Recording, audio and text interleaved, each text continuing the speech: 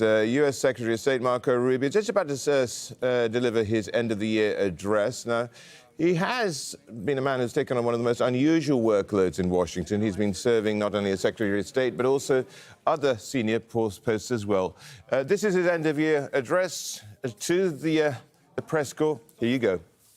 When I took over Secretary of State, I'll refer you back to the hearings we had in the Senate in January about the role I hope to play. And I believe very strongly this president was elected. One of the reasons why he was elected, very specific things, but one of the reasons why President Trump was elected is sort of an understanding among the American people that our foreign policy was in need of a complete recalibration. A recalibration because the world had dramatically changed. Many of the institutions, policies, assumptions that our foreign policy was operating under were built upon a world that no longer existed.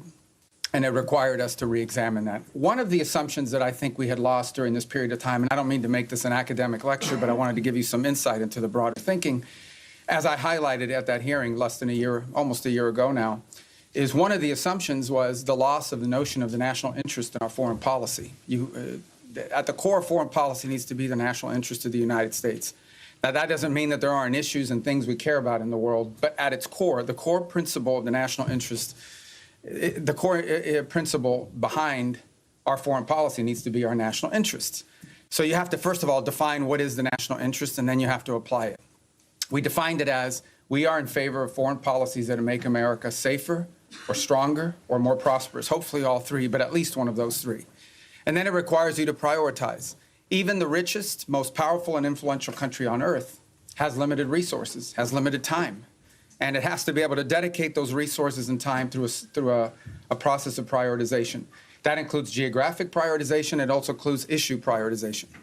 And that's what we intend to do here. Then you have to have the mechanisms of foreign policy to deliver on it. In essence, you have to have a Department of State and a National Security Council and all the elements of U.S. foreign policy influence and power to deliver, to identify and then deliver on those priorities. And that's what we've attempted to do here, and I think we're well on our way to doing it. There's more work to be done. There's things we will improve upon. But generally speaking, it was the genesis behind the reorganization of the department, oftentimes applying reforms that secretaries of states of both parties, appointed by presidents of both parties, have long sought to do. And we're very proud of that going into effect and continuing to work forward. I think we generally avoided, massive disruptions to our operation, although any transition involves some disruption. But we're very happy with the way we empowered our regional bureaus, meaning our embassies and the folks at the desks here behind the regions have become more empowered and having influence over every element of our foreign policy, particularly how it's applied tactically. At the same time, one of the things we looked at is foreign aid. Foreign aid is not a separate activity of the United States government. It is an element and a tool of our foreign policy, and it should be used for the purpose of furthering the national interest. That doesn't mean we don't care about human rights. That doesn't mean we don't care about starvation. That doesn't mean we don't care about hunger. That doesn't mean we don't care about humanitarian need. What it does mean, however, is that even foreign aid, which is not charity, it is an act of the U.S. taxpayer. Now, American charities are free to give their money to whoever they want, as long as it's not a sanctioned entity. But the United States and the taxpayer money should be spent in furtherance of our foreign policy, should be spent in places and on things that further our foreign policy. And even that is not unlimited. We have a limited amount of money that we can dedicate to foreign aid and humanitarian assistance, and that has to be applied in a way that furthers our national interests. And that's what we have sought to do as well. And in that endeavor as well, we have empowered the regional bureaus and our embassies to play a dramatic role. In fact, they are not just the implementers of this. They, in many cases, are the ones that are suggesting and are leading the response. And so bringing the tools of foreign aid underneath the umbrella of our broader foreign policy has been an important and dramatic reform. Even in the midst of all that, we remain engaged around the world, including in conflicts that perhaps are not central to everyday life in America, but the president has made it a priority to be a peacemaker. And so you've seen us engaged, whether it's Russia, Ukraine, or India and Pakistan, or Thailand and Cambodia, which is an ongoing challenge, or the tragedy we see now in Sudan, or the potential for further strife in South Sudan and that falling apart. I mean, no matter our Armenia and Azerbaijan, we are always looking for opportunities, if possible, to play the role of a mediator that brings about the avoidance of war or the ending of conflicts. And obviously, in many of these cases, you can get people to the table and agree, and then there's the implementation process. And so we've made progress in many of these, particularly in getting them to agree to certain conditions. Obviously, it's ongoing work to make sure that those are implemented and applied. And some of these, conflicts have deep roots that go back many, many years. But we are prepared to be engaged and helpful in ways that perhaps other nations can't. We've been viewed as indispensable in that regard, and it's a role the president takes great pride in the promotion of peace around the world, and something he deserves a lot of credit for. He is personally engaged in all of this. Obviously, the big one was the situation with Gaza, which again is ongoing. There is now a ceasefire. There's that war is no longer going on at the scale and scope and all the other things that were going on before. But obviously there's more work to remain. We are still through the process of trying to implement phase 1 and lead to phase 2 and phase 3. That is a long-term project, some of which will extend beyond the 4 years of this administration, but I thought it was a very important achievement as well. So we have a lot to be proud about. I know you probably have some specific questions, and we can get to those, but I wanted to let that, lay that out as the preface and predicate for everything we're going to do today. So I'm going to start. How do I start? I'm going to start from the back row forward, and then I'll just juggle in between. I'll be here pretty long, so we'll get to everybody. Don't get desperate. Don't get wild. All right, I'll start with this gentleman with the white hair in the back. Yes, sir. Ask you about Gaza. U.S. wants Pakistan troops to be in Gaza. Has U.S. got a consent from Pakistan that they will be sending their troops in Gaza for peace building and peacemaking? Yeah. Well, look, in fairness to all the countries we've talked to about being and having a presence on the ground, I think they want to know specifically, what the mandate, what the specific mandate it was, the funding mechanism looks like. So we're very grateful to Pakistan for their offer to be a part of it, or at least their offer to consider being a part of it. I think we owe them a few more answers before we can ask anybody to firmly commit. But I feel very confident that we have a number of nation states acceptable to all sides in this who are willing to step forward and be a part of that stabilization force. And certainly, Pakistan is key if they agree to do so. But I think we owe them a few more answers before we get there. We're trying to make a lot of progress here with I think the next step here is announcing the Board of Peace, announcing the Palestinian technocratic group that will help provide daily governance. And then once that's in place, I think that will allow us to firm up the stabilization force, including how it's going to be paid for, what their rules of engagement are, what their role will be in demilitarization and so forth. Thank you. Next to you in the back. Mr. Secretary, thanks so much for doing this. I want to start with Russia-Ukraine. You mentioned that... Easy stuff, yeah. You mentioned your efforts. There are talks going on right now, starting today and this weekend in Miami. What are your expectations from those talks? And the president yesterday made it clear he expects Ukraine to basically step up before Russia walks away. If you wake up in Odessa, if you're Ukrainian this morning seeing Russians are bombing, your city, or if you turn on TV and listen to Putin, what he says, why would the Ukrainians, ignore what the Russians are saying publicly and believe in what they're hearing? Yeah, look, there's a reason why this war hasn't ended, and that is because there's complex factors at play. I know that sounds like a throwaway line, but it's true. What we have tried to do in this entire process, and let's be clear about this. I mean, the United States is engaged in this. The president says this, and I'll translate what I think he's trying to say to you in all of this, and I think he's been pretty clear about it, is it's not our war. It's a war in another continent. We have equities, we have engagement in this war, but it's not our war per se. But we have been told by everybody, I think everybody would agree, that there's only one nation on earth, there's only one entity on earth that can actually talk to both sides and figure out whether there's a way to end this war peacefully. And that's the United States. And we've invested a lot of time, a lot of energy at the highest levels of our government. I believe, President Trump has had more meetings with foreign leaders and others on the war in Ukraine than on any other subject, including trade. He's invested a lot of time. Steve and Jared have invested time. I've invested time. The vice president, the Secretary of War, others, Secretary of Treasury, and more have invested a tremendous amount of time and energy in this. And what we're trying to figure out here is, what can Ukraine live with and what can Russia live with? Sort of identify what both sides' positions are and see if we can sort of drive them towards each other to some agreement. Wars end generally in one of two ways. Surrender by one side for another, or a negotiated settlement. We don't see surrender anytime in the near future by either side, and so only a negotiated settlement gives us the opportunity to end this war. A negotiated settlement requires two things: both sides to get something out of it, and both sides to give something. And we're trying to figure out, what can Russia give and what do they expect to get? What can Ukraine give and what can Ukraine expect to get? In the end, the decision will be up to Ukraine and up to Russia. It will not be up to the United States. So that's the role we are trying to play in this.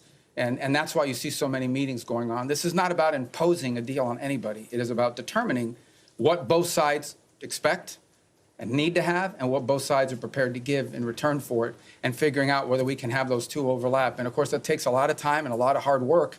It can't generally be done in the media or in press conferences. I think we've made progress, but we have ways to go. And obviously, the hardest issues are always the last issues. Yes. All right, I'm going to go to the next row. That gentleman right there with the glasses. Well, right behind you, because you're not the next row. That's the next row right there. Yes. Thank you. I'd like to ask how you Oh, I'm view. sorry. I didn't see. Okay, Oh. go ahead. You can start. I thought I hadn't seen you. I'd seen him, but you can go because you're first on that row. So. Okay, great. Thank you so As much. a well-oiled machine, ladies and gentlemen. So go ahead. I'm sorry, man. Thanks. I'd like to ask how you view recent escalation of tensions between Japan and China. You've been known for your tough rhetoric towards China over the years. Do you condemn China's recent provocative actions against Japan?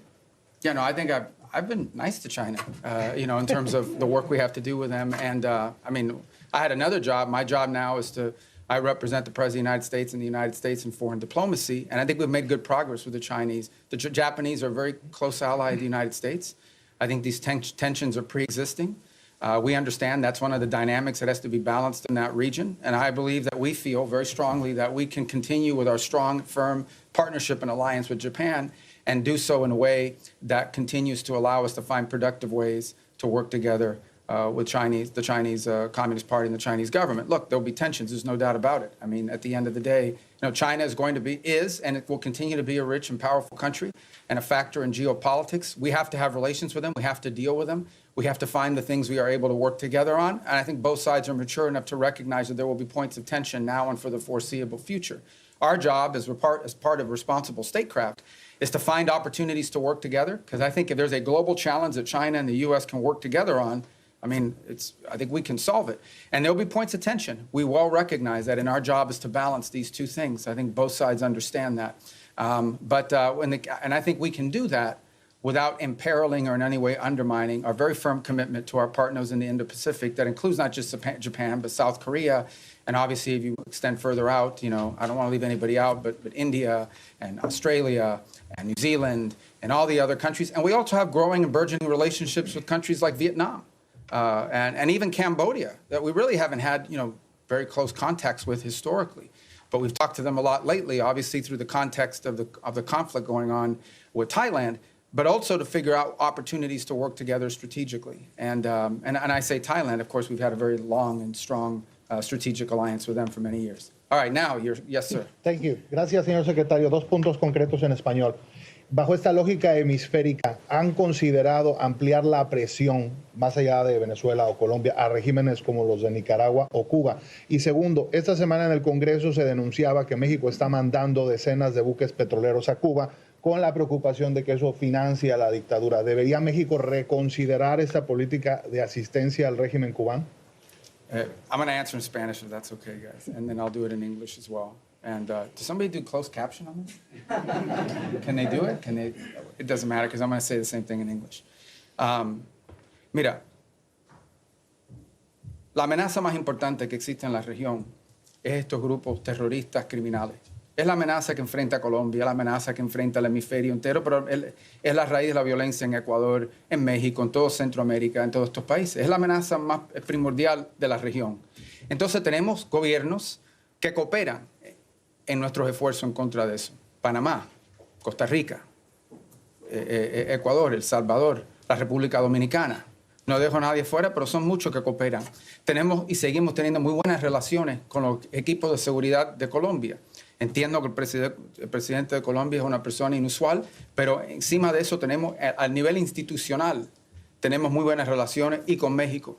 El gobierno de México está haciendo más en este momento en el tema de seguridad que jamás en su historia. Queda mucho por hacer, pero tenemos cooperación. En el tema de Venezuela no tenemos eso, tenemos un régimen ilegítimo que no simplemente no coopera con Estados Unidos, sino coopera abiertamente con elementos criminales. Por ejemplo... While Marco Rubio there talks in Spanish, let's just get you up to speed with what he's been talking about at the end-of-year news conference here, talking about the recalibration as they saw it when they started this second administration of Donald Trump, saying that we didn't live in the same kind of world anymore that they used to, and they had to really have a look at what was going on here. Talked about the American national national interest and how that's fundamental and central to how they're looking and the prism through which they're looking the rest of the world.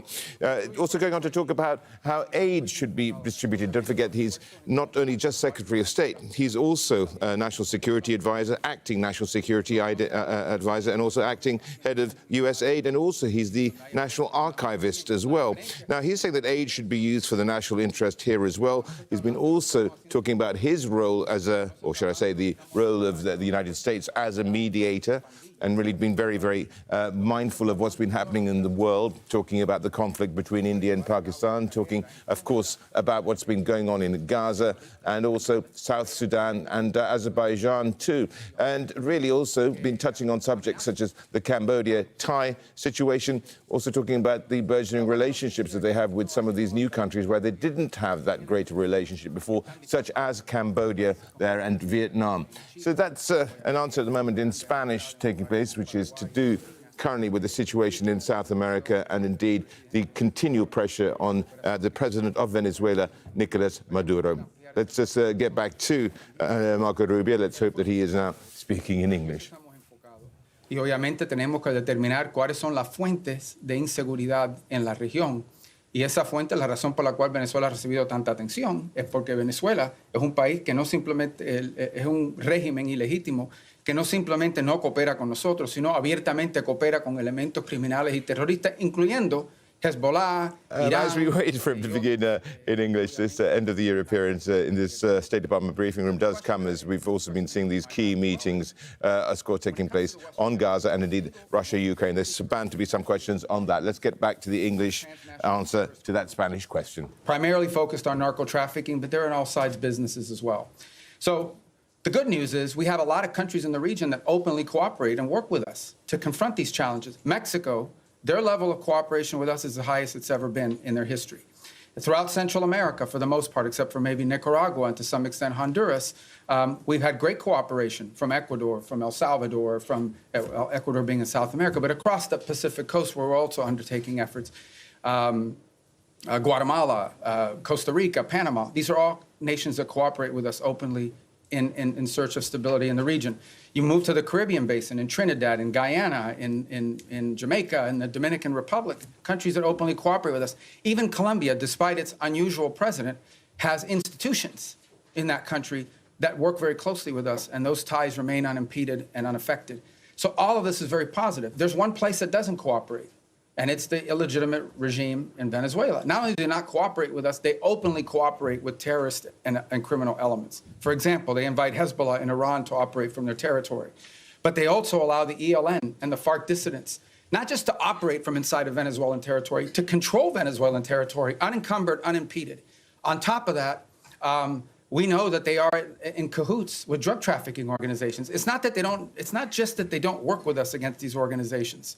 Okay? It's that they openly, cooperate with these guys and allow them to operate. So these guys are, marching in and out, doing whatever they want from Venezuelan territory. And it's a challenge. And so that's why that's received so much attention. But I would urge you to not just focus on that, but also focus on all the other things we're doing in the region, including, for example, standing up this gang suppression force in Haiti, which we were looking for 5,500 forces. We already have pledges of up to 7,500 forces from a variety of countries. We've seen donors step up to fund that effort. That's a very important effort. It all ties together cohesively. But the goal here is to bring security and stability to the hemisphere, to the region we live in, okay, which has not received enough attention. To bring the elements of American power to achieve that, to do it in partnership with as many countries as are willing to work with us in that regard. That's the goal here, and it's comprehensive and involves more than just one place. What makes Venezuela stand out is that the regime there actually cooperates with the terrorists. Yes, sir. In that row right there. Yeah, right there in the middle. The hemisphere, the White House recently put out the national security strategy, essentially reorienting towards the Western Hemisphere. It was How good, is this right? strategy going to, Well, I was involved. So in you it, can right? answer from both hats, I Yeah, guess, exactly. but how is that strategy going to dictate your relationship with other hemispheric powers like Canada and Mexico? No, I mean, we want to partner with as many people. I mean, they face the same threats that we do. I mean, it's Mexican mayors that are being assassinated in public squares. It's Mexican journalists that are being assassinated. It's parts of Mexico and institutions in Mexico that in some cases are compromised, usually through threat. by these elements. They recognize it, which is why they're partnering with us. Of course, we want to work with other governments in the region to confront this challenge. And in most cases, we have cooperative places. Now, we don't have that from Nicaragua or Cuba, but obviously didn't have it historically from Bolivia. We hope and expect that that will change. And we certainly don't have that from the regime in Venezuela, who actually don't just not cooperate with us, they openly cooperate with narco-trafficking elements that use Venezuela as a transshipment point. Yes, ma'am. Yes. Thank you, Mr. Secretary. Today you had the second round of direct negotiations between Lebanon and Israel. Do you foresee a potential deal between these two countries without another round of war? And the second question, if I may, on Sudan. We know, Mr. Secretary, it's a civil war, but also there's a regional factor here. Where the U.S. regional what, I'm sorry? Factor in this yes. war.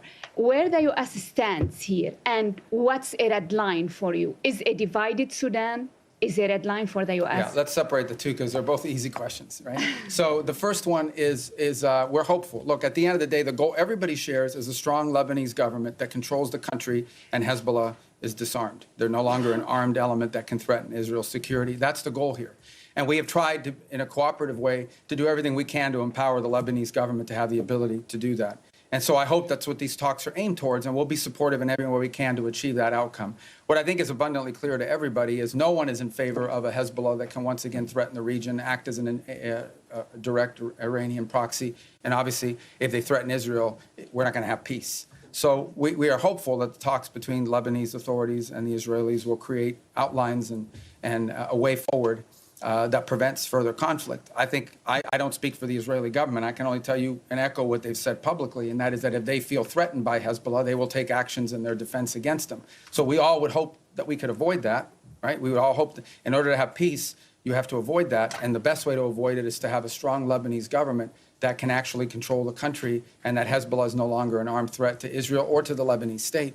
And that's what we're committed to hoping to achieve. And we hope that, I can't speculate on what the talks will lead to, but we'll do everything we can to make them productive. On Sudan, you've rightfully outlined, I mean, there are regional elements to this. I mean, there are clearly both sides, you know, the SAF and the RSF have supporters from outside of Sudan's borders that are involved, and we've been engaging with those countries. It's not just countries that are providing them weaponry and equipment, it's also countries that are providing transshipment, particularly to the RSF to receive weapons, in some cases advanced weaponry. Our goal right now in the short term, and what we've emphasized to everybody, including in my calls with leaders in the UAE, leaders in Saudi Arabia, we're very engaged in that. Our special envoy, Massad Boulos, just returned from the region, meeting with the Egyptians, with the Saudis, with the UAE, and others. We've also been in collaboration with the UK on some of this. Our goal, the immediate goal we have, is a cessation of hostilities, okay, a humanitarian truce going into the new year that allows humanitarian organizations to be able to deliver aid to the people in great distress. Right now, that's not possible. We are hearing, continue to see reports of humanitarian convoys actually being struck on their way in. And so you can just imagine what's amazing to us is these convoys are struck and the rest of the convoy continues. That's how committed these groups are. But what we said to everybody on it is that what's happening there is horrifying. It's atrocious. That one day the story of what's actually happened there is going to be known and everyone involved is going to look bad. And we have played the role we have played is a convening role in bringing the parties to the table. So I think we will know more very soon about whether this is possible. One of the challenges and frustrations in Sudan has been that one side or the other will commit to certain things, and then they won't live up to those commitments. They'll agree to anything and implement nothing. And oftentimes what happens is when one side feels like they're making advances in the battlefield, they don't necessarily see the need to concede at that point because they believe they're on the verge of achieving some success on the ground, and a truce would set them back. But what we've emphasized is none of these groups can operate without the support they're receiving externally. So we have been engaging with the countries involved from the outside to ensure that they are at the table and that they are pushing for the same outcome that we want, which is phase one, a humanitarian truce that at a minimum allows us to deal with the humanitarian calamity that occurs there. And obviously we hope that while that truce is ongoing, we can focus on the other elements that led to this conflict and help to resolve some of those. But our number one priority we're focused on, 99% of our focus is this humanitarian truce and achieving that as soon as possible. And we think that the new year and the upcoming holidays are a great opportunity for both sides to agree to that. And we're really pushing very hard on that regard. Yes, sir. Right there, because I missed Secretario you. Rubio, en español, Sí. si me permite. El presidente Trump ha llamado al presidente Gustavo Petro drug leader y ha usado, digamos, términos Bueno, él también fuertes. ha dicho cosas a nosotros. Totalmente, Ok, pero totalmente. está claro, ok. Secretario Rubio, ¿hay alguna prueba o por qué esta administración llama a Gustavo Petro? Quisiera saber el por qué esta administración llama a Gustavo Petro un líder del narcotráfico. Y por último, secretario, si usted considera eventualmente ante la invitación que hace Gustavo Petro ahora al presidente Trump o a usted ir a Colombia y conversar con Gustavo Petro. Gracias. Conversamos con cualquiera. Just going to leave that Spanish question now, as Marco Rubio will be answering that, of course, in Spanish as well. As we can just have a look at what he has been saying just a short while ago. He's been talking about these ongoing talks that Al Jazeera has been reporting on between Lebanon and Israel, hoping that Lebanese authorities and Israel will lead to some sort of arrangement here, but fundamental to all that will be a strong Lebanese government. And of course, the fundamental red line for the Americans and the Israelis is that Hezbollah disarm here as well. He's also just been talking about how he's been, at the moment, interceding with what's been going on in Sudan, talking to what's been happening with the RSF, taking territory there, saying that he's been emphasized that they've been looking at the people who've been providing weapons from outside of Sudan and been talking to some of those countries, which include, of course, the United Arab Emirates here as well. He went on to talk, of course, about what's happening in Venezuela as well, talking about the country not having a legitimate government. That is, of course, President Nicolas Maduro we're talking about there, and talking about how the country's become a haven for terrorism. Even Hezbollah, he claimed as well, and talked about it being a hub also of drug trafficking too. All right, well, I believe we are back in English now, and we can head back to the State Department. People to people, cultural, obviously security and stability, all of these things. And our job is to try to the extent possible, maintain those strong ties between Colombia and the United States and not allow them to be imperiled by the pronouncements of one person. We would hope to see a day soon in which we have better relations with the leader of that country, but we're not going to let the fact that that doesn't exist now, we're going to do everything possible to not let that impact the relationships we have with the people of Colombia, with the nation, with their economy, with their security forces, which are very important. This is a very important alliance, a very important strategic partnership, which we've built up through a lot of hard work over decades. And we're not going to let that fall apart because of one person. If that changes and he changes, that would be great. And obviously, in May, there'll be a new president there and there'll be elections, and we'll work hopefully more cooperatively with whoever replaces the current president, but that's up to the people of Colombia. Did I not get your question? Go ahead. Thank you. Returning to Gaza, what is the U.S. understanding of what Hamas is willing to concede on disarmament? Reports suggest that Hamas might hand over its heavy weapons but retain its smaller arms. Is the U.S. prepared to accept partial disarmament as sufficient? Yeah, I'm not going to get into the details of those types of negotiations. Let me just couch it to you this way. Everyone wants peace. No one wants a return to a war. If Hamas is ever in a position in the future that they can threaten or attack Israel, you're not going to have peace. Okay? You're not going to convince anyone to invest money in Gaza if they believe another war is going to happen in 2 to 3 years. So I would just ask everyone to focus on what are the kind of weaponries and capabilities that Hamas would need in order to threaten or attack Israel as a baseline for what disarmament needs to look like. Because you're not going to have peace. If 2 years from now Hamas is launching rockets or killing Israelis or carrying out, God forbid, another 7th of October type terrorist attack and so forth, you're not going to have peace. So who's going to invest in a peace?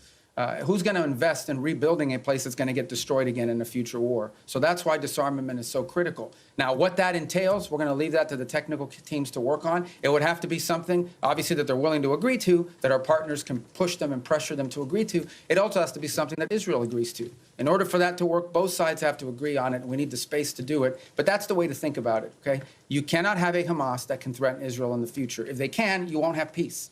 So that's the goal. All right.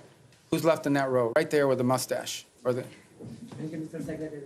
Does the U.S. have the goal of removing Maduro from power? Do you expect any regime change this 2026? I would appreciate if you could answer both in English and in Spanish. In Spanish. Yeah. It sounds so much better in Spanish when I answer that question. No, but for my So I'll start in English. Look, our goal is regional stability and security in the national interest of the United States. The national interest of the United States, specifically when it comes to Venezuela, is as follows. We have a regime that's illegitimate, that cooperates with Iran, that cooperates with Hezbollah, that cooperates with narco-trafficking and narco-terrorist organizations, inclusive not just protecting their shipments and allowing them to operate with impunity, but also allows some of them to control territory, the ELN and the FARC-D.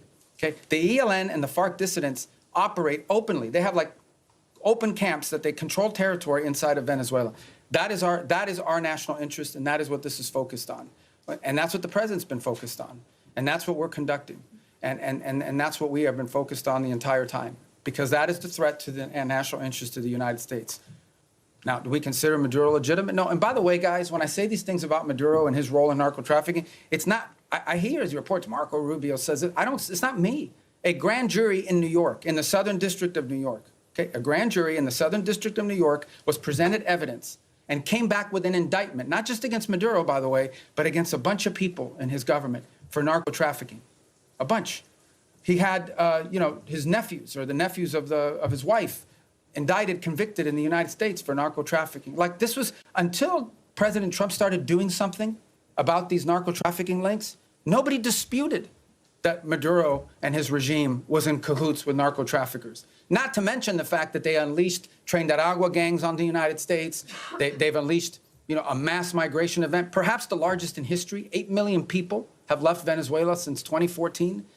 So also destabilizing all the countries in the region who've had to assume people that are fleeing this illegitimate regime. So, but nobody disputed the drug links. So that's what the president's been focused on, and that's the problem. And that's the problem in Venezuela. En el caso de Venezuela, es muy simple.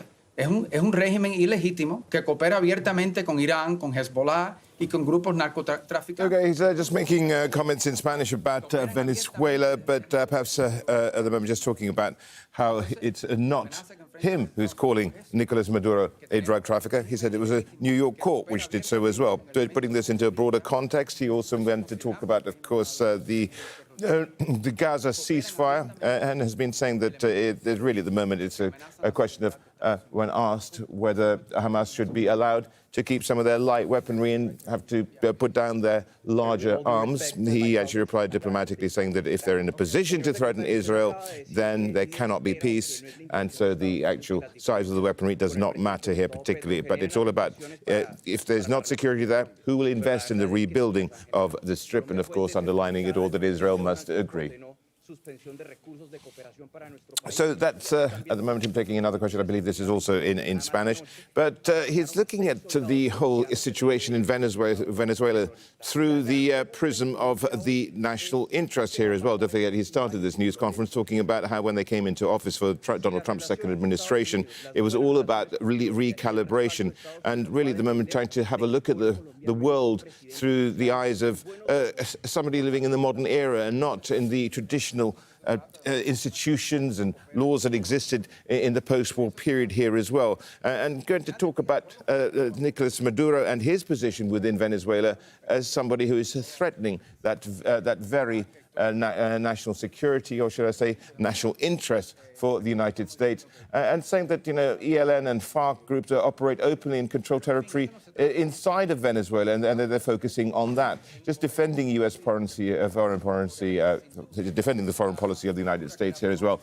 And to really, at the moment, emphasize it all, he did start by saying that it was an illegitimate state, and also that they do not consider Maduro to be a legitimate leader for Venezuela. So that's where we are. It's a very wide-ranging news conference taking place. This is the so-called end-of-year news conference, if you like, perhaps the equivalent of his State of the Nation, or should I say, State of the Foreign Affairs of the nation here as well. He was talking about the country being in the facilitating peace, if you will, here as well, in the sense of being playing a role of mediator, not least, of course, with what's going on at the moment in Thailand and Cambodia, looking at what's also been happening, of course, between what is going on in South Sudan. And, of course, Ukraine has been central to it as well, saying that they do not wish to impose any peace plan onto Kyiv here, and that it must be something which is mutually agreed between Moscow and the Ukrainians themselves. So there we go. That's Marco Rubio there talking at the State Department currently, where the time is just coming up to what I believe noon there in Washington. With a free trade agreement is a model. It was a model for the region. We tried to replicate that Everybody would use Plan Colombia as an example of what you need to do in these other places. And we want to continue that. Now, no doubt, when you have the president of a country saying some of the things and ordering some of the things that he's ordered, it's going to have an impact on some of that relationship. Our job is to try to preserve and protect as much of that relationship as possible, but it will be impacted. But it doesn't matter whether the next president is center right or center left. That's not the issue. The issue is whether the next president is someone who's going to, once again, cooperate with the United States and restart these relations. That's what we seek. And if President Petro changes in his stance, perhaps that could change as well. But if he doesn't, obviously, it'll be up to the people of Colombia to elect their next president. Yes, ma'am, right there in the middle. I don't want you guys to think I'm only picking the Spanish ones. Okay? I actually don't know who any, well, there's a list here, but I can't even read it without these glasses. All right. Go ahead, I'm sorry. Perdón. Secretario Rubio, usted lleva años denunciando el régimen de Nicolás Maduro y estuvo, entiendo, hace poco en una conversación telefónica donde hablaron el presidente Trump y Nicolás Maduro. Quisiera preguntarle cómo sintió a Nicolás Maduro en esa conversación, usted que lo conoce desde hace años, pues su comportamiento, si siente que está acorralado como reportan los medios, si está abierto a irse a otro... Well, another question in Spanish, no doubt Spanish being the dominant theme here, given what's happening in Venezuela and, of course, Mexico as well. But Venezuela has really been at the fulcrum of what he's been talking about here. So answer in Spanish. We wait for the English answer to that question here. But he's been saying that Venezuela is really at the center of our national interest, saying that our goal is regional stability and security. Because, of course, as this has all been framed, this is all really down to what has been happening in terms of their view, the Trump administration's view, that this is all about the U.S. national interest, and there's a recalibration taking place here as well. So they're looking at that and saying that they don't consider Nicolas Maduro, the current president of Venezuela, as being the legitimate leader of the country. Of course, they have been backing the opposition, and don't forget, of course, there's been the war on various elements within Venezuela as well. And he's been saying, of course, that it's really all ultimately down to the destabilization that we have taking place there in the country, which is affecting the whole region as well. And there we go. That's where we have what we have at the moment from Marco Rubio, I should say. All right, well, let's bring in Chief U.S. Correspondent Alan Fisher, who is in Washington. Alan, it's quite a wide-ranging news conference with ultimately at the center of it all is Venezuela. But he has talked about all these other different crises, hasn't he, as well? But I think fundamental to it all is his kind of position that this is all about the national interest and how that is something which had been largely neglected in previous administrations, which were really being seen as sclerotic. I think the most significant point was actually about Gaza, when he was asked whether or not Hamas would have to completely disarm. And he said, as long as they can't threaten Israel. Now, essentially, he's saying they don't want big arms going to Hamas. But it's perhaps a realization that the complete disarmament of Hamas simply wouldn't be acceptable to many people in Gaza as well. And so they're working on a plan that means I've got to stop you. I've got to stop because Shihab's asking a question. Our correspondent, Shihab Ratanzi. About the term disrespect. What I would say is this was, first of all, it was a miracle that it happened in the first place. We all understand how difficult it was for that to come to the conclusion that it did, where the bombing and everything else, the scale and scope of what we saw ended, all the hostages were released, and we have relative peace right now for the most part, despite the things you're pointing to. That was very difficult. But this is not easy. Peace is a verb. It's an action. It's not a sentiment. Every single day will bring challenges. Every single day. We also have had instances, for example, over the last couple of weeks, where Hamas elements emerged from a tunnel, attached an explosive device to the side of a vehicle, and injured and almost killed Israeli soldiers. We still have this threat. We still have and see every single day Hamas openly taking steps to strengthen themselves within inside of those places in Gaza that they still control. We saw early on the atrocities they were committing in the streets against people as they were trying to show people how strong they were. So I don't think I'm standing here to tell you this is going to be easy. This is an hour-by-hour, day-by-day challenge. It's one of the reasons why we have stood up this center there in operating in Israel, in partnership as well with another cell that exists in a regional country. It's why every single day there are meetings among both intelligence, diplomatic, and military officials of multiple countries that help bring about this deal to manage this. And that's why it is so critical. It is so critical and so key that we move to complete this first phase, that we move to put in place the board of peace, get everybody agree to be a part of it, move to put in place this Palestinian technocratic organization so that they can begin to provide some governance structure and move to put in place the stabilization force. That's the goal here. But it's not going to be easy. Every day will bring new challenges to that. And we recognize those challenges are coming from all sides. Very quick follow-up there. But who's going to want to be a part of a stabilization force if Israel is effectively using Gaza as a free fire zone? Well, these are the things these are the things that we're working through right now. That's why it didn't happen yesterday. That's why we didn't, I don't mean yesterday literally, that means why we're not there yet. This is the hard work of diplomacy and peacemaking. Peacemaking isn't just signing a piece of paper, it's actually complying with it. And compliance oftentimes requires, in many cases, in most cases, requires daily, constant follow-up and nurturing. So that is why we are in such a hurry, and I say as a priority, to get to this point where we have the stabilization force in place, overseen by the Board of Peace, and ultimately a Palestinian technocratic entity that can increase in its capability to provide governance. The stronger they are, the weaker Hamas will be in terms of threatening Israel. And I think the more security Israel should feel and the less need for some of these things to happen. But no one's claiming this is going to be easy. We have to work on this every single day. We have people in this building and deployed abroad. This is all they do. 24 hours a day, day after day, elements of the State Department, the Department of War, and all other agencies, including Jared and Steve, and even myself, who talk or do something about. There isn't a day in the last, since this was signed 2 months ago, that I haven't had to do something with regards to making progress on the phases of this ceasefire. Yes, ma'am. Right next. Thank you, Mr. I'm sorry. I'm going to get to you guys. I'm coming. See, I'm going down the rows like this. Thank you. So right behind you, I'm still in that row. Thank you, Mr. Secretary, and thank you for having the briefing. Has anyone ever done this where they go like all the rows? No. You're going to look so good. Let's get back to our U.S. Chief U.S. Correspondent, Alan Fisher. Alan, there's Shebra Tanzir, your colleague there, our colleague there, asking that question about Hamas. Really, they were saying that they... it's interesting how he framed Hamas as the ones who've been violating the ceasefire. He didn't really mention any of the incursions that Israel has been making or some of the airstrikes they've been conducting. Not surprising, given that the US position very much is to back Israel in this situation.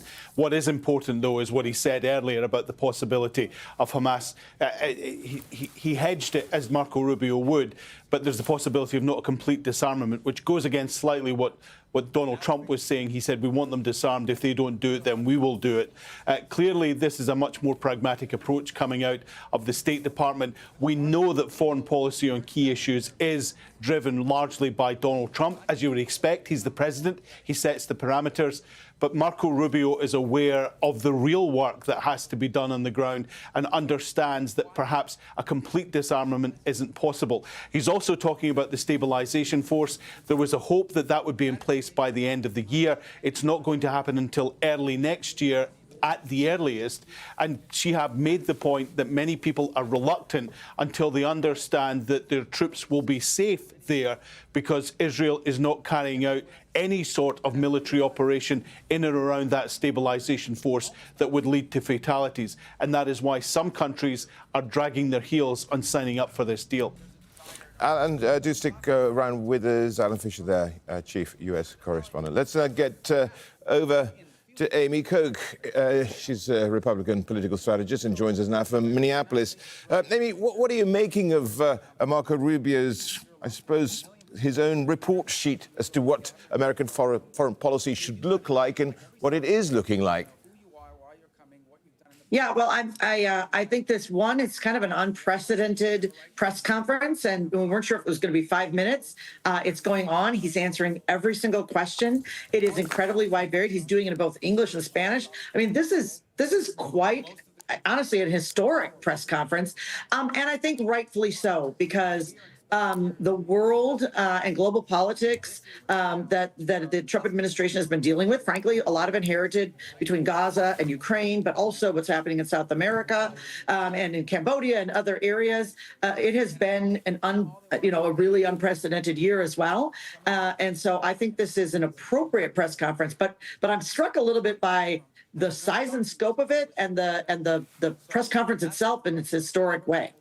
Yes, and Amy, I think one of the crucial things so far to have come out of it, and we're just looking in the Middle East here, is how he sort of evaded the question about should Hamas actually ultimately disarm entirely, and framed it in a different way, saying there should be perhaps I mean, he's hinting they could perhaps keep small arms, not the big stuff, which could actually threaten Israel. Does that change the game? He also went on to talk about how they need to get this thing moving, how they need to get out of this particular phase and get to stage 2 of the ceasefire process.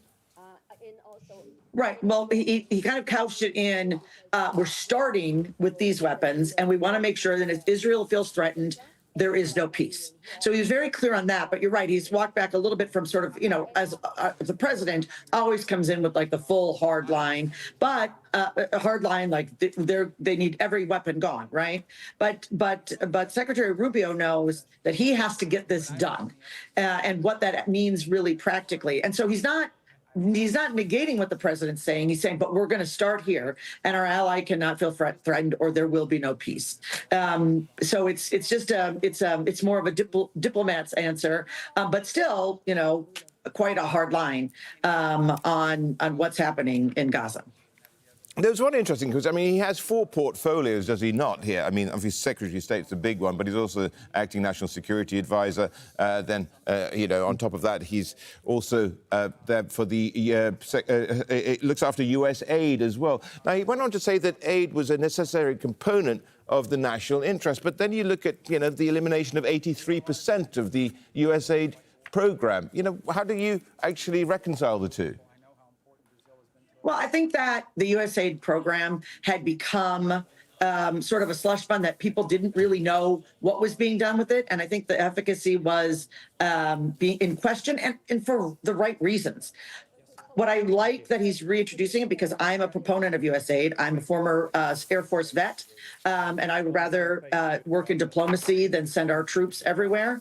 And so, and I think he is a man that recognizes that, but it couldn't continue as what it was. So I think when we talk about cutting and all those things, it's more of a retooling, and it's housed now under his jurisdiction, which is probably where it belongs anyway, as it's diplomacy. And so that's really how I see that.